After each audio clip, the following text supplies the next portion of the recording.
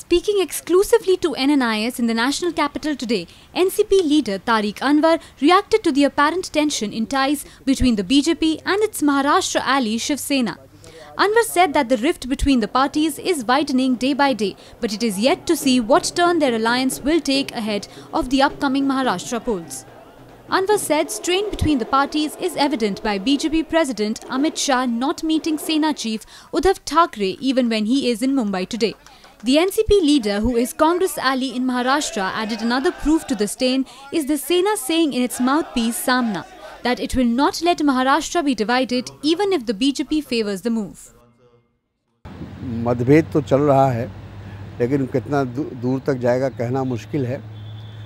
अब ये दो पार्टियों का मामला है, दोनों पार्टी अपने अपने ढंग से समझौता कर रही हैं या गठबंधन कर रही हैं।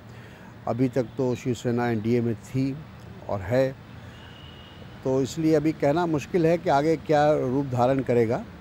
लेकिन जो ख़बरों में जो बातें आ रही हैं उसके अनुसार शिवसेना और बीजेपी के बीच में सीटों को लेकर विशेष रूप से मतभेद है।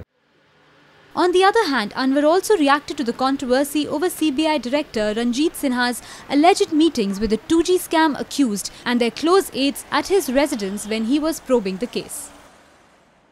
वो मामला सुप्रीम कोर्ट के निगरानी में चल रहा है और मेरा ख्याल है कि उस पर कुछ कहना मुनासिब नहीं होगा। जब सुप्रीम कोर्ट उस मामले को खुद देख रही है तो उसमें किसी तरह का कमेंट करना मुनासिब नहीं होगा।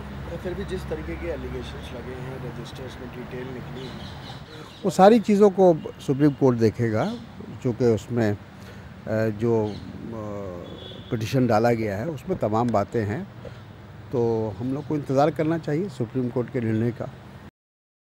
Powered by NNIS.